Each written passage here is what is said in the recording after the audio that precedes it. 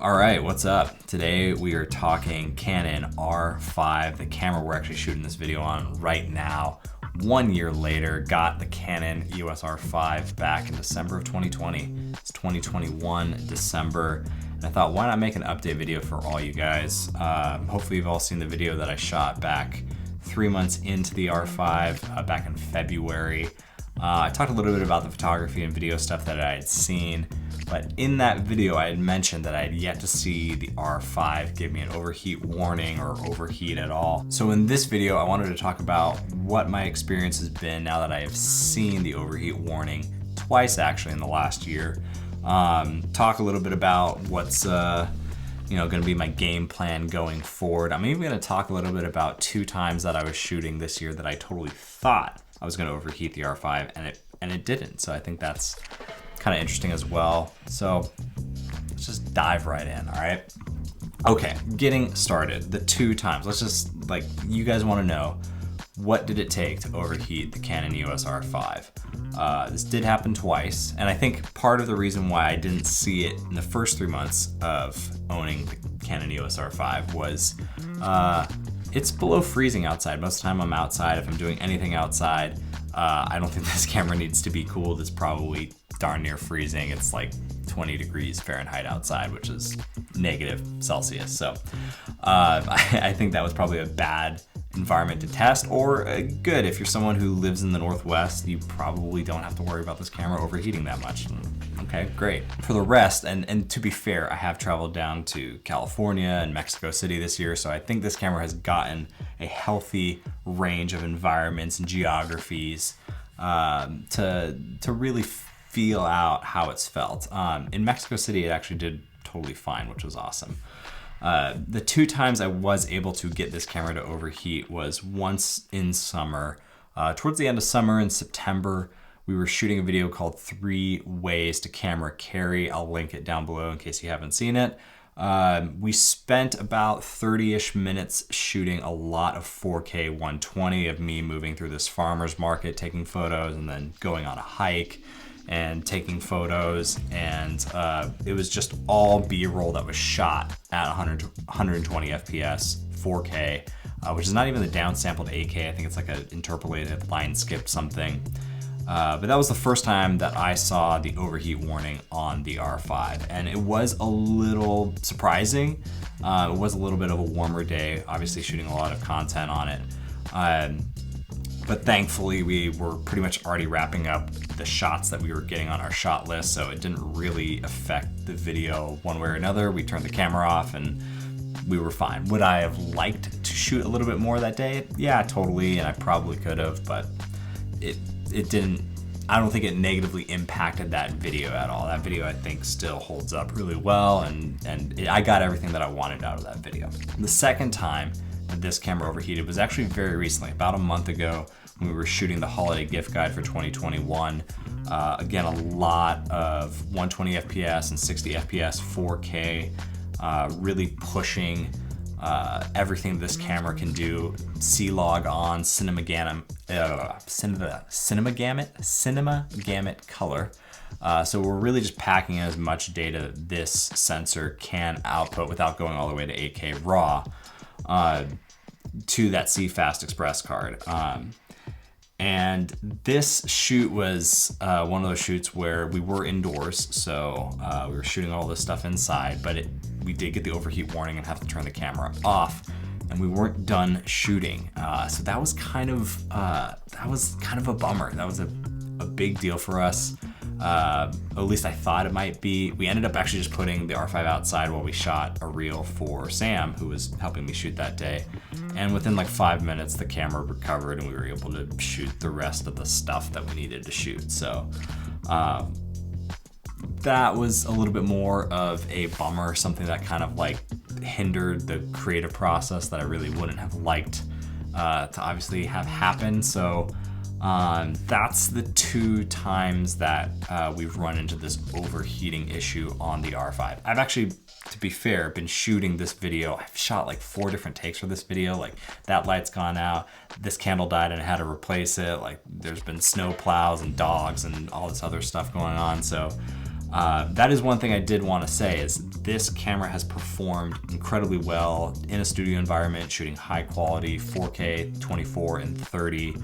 I can shoot for over an hour, obviously not continuously because of the 30-minute record limit, which has nothing to do with overheating and is like a federal trade law, something, I don't know, but yeah, this camera's awesome. I really love the look of it. But a few times now, having run into 4K overheating, the question is, am I gonna keep this camera or will I look to maybe trade it out for like the R3? Before we get there, I do want to tell you about two situations where I had this camera where I definitely thought it was gonna overheat, and it didn't. The first time, if you guys were following along with my daily vlogging experiment this summer, Sam and I were out in the Pacific Northwest, the North Cascades National Park, on top of a mountain, and it was 115 degrees there. It was like record-breaking heat. It was honestly absolutely miserable. It was so hot. And it was kind of a weird sensation looking at all this like glacial water and just sweating and feeling just like, oh, like I felt like I was actually getting radiation poisoning from the sun because we were so high up. But like, yeah, it was a weird sensation. It was a really funky sensation. But that whole time I was vlogging on the R5, taking photos as well. I want to say I vlogged nearly 4 hours worth of content that day. And this camera didn't overheat. That's pretty incredible. I never even saw the overheat warning. I thought for sure if there was going to be a day this year that I saw that overheat warning, it was going to be that hot record heat summer day in the Northwest, and that ended up not being it. The second time that I thought for sure that we would see the overheat warning on this camera was shooting back-to-back videos that we actually shot in Sam's house. Those videos were the 5 ways to 50 video and my everyday carry video. If you guys haven't seen either of those, I'll link them down below, but we planned out a whole shooting day to get both of these videos done. And we had just a lot of moving parts. We knew we were gonna have the camera rolling for well over an hour. I think we ended up shooting, I don't know, maybe over 90 minutes worth of content across 2 different cards. That's another thing that I brought up in that video is I had a 128 gigabyte CFast card and I would fill that long before I ever saw an overheat warning on this camera. Now that I have 2 512 gigabyte cards in here, I definitely could see how I might be able to fill one if I'm shooting continuously.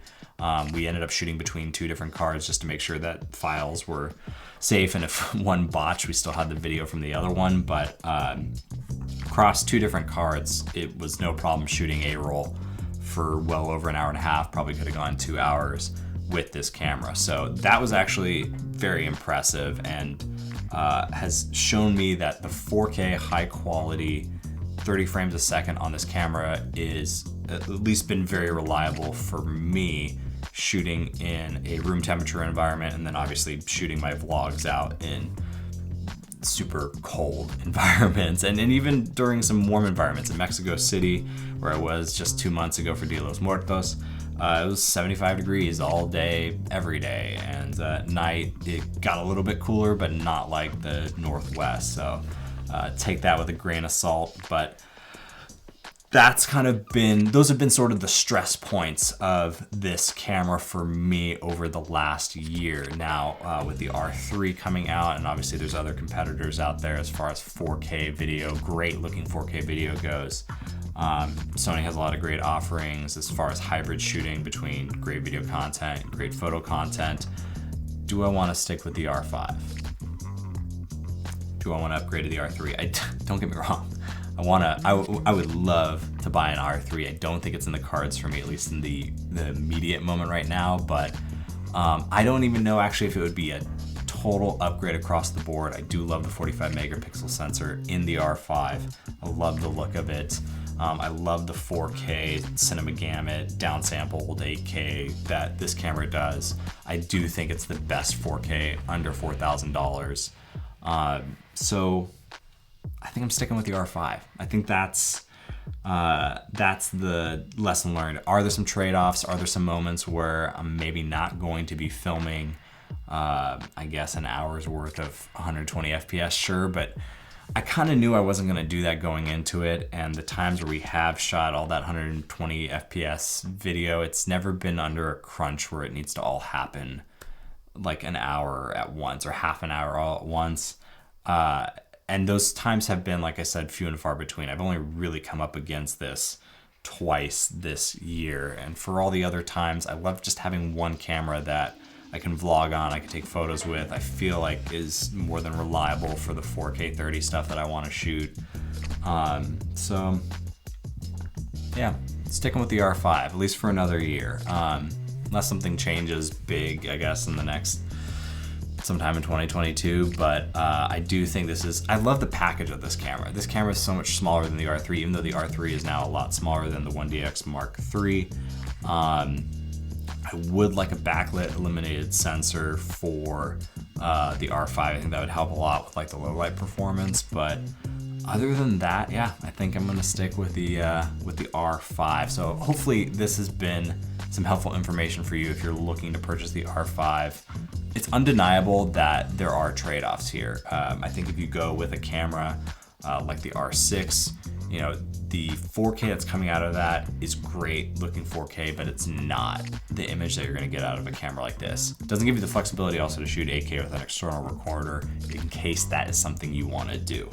I think for the long-term value of the R5, you know, I'm looking to get hopefully 5 years out of this camera ideally. It may not be my main camera for 5 years, but if I can still use this to take photos, use it as a camera in my arsenal to still get great 4K and even 8K footage with an external recorder, this would make this camera such an important investment. I think the return on investment then is just incredible. So I don't think I could say anything more. I'm looking at my notes, and I think this is everything I wanted to say. Yeah.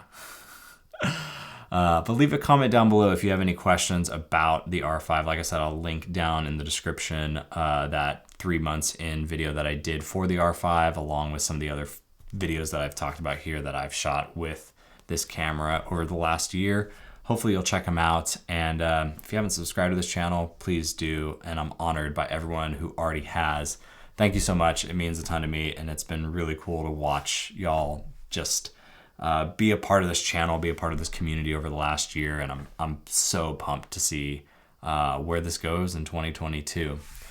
Be kind both in life and in the comments below. Like this video to send good vibes across the internet, and we will do it again soon. Later.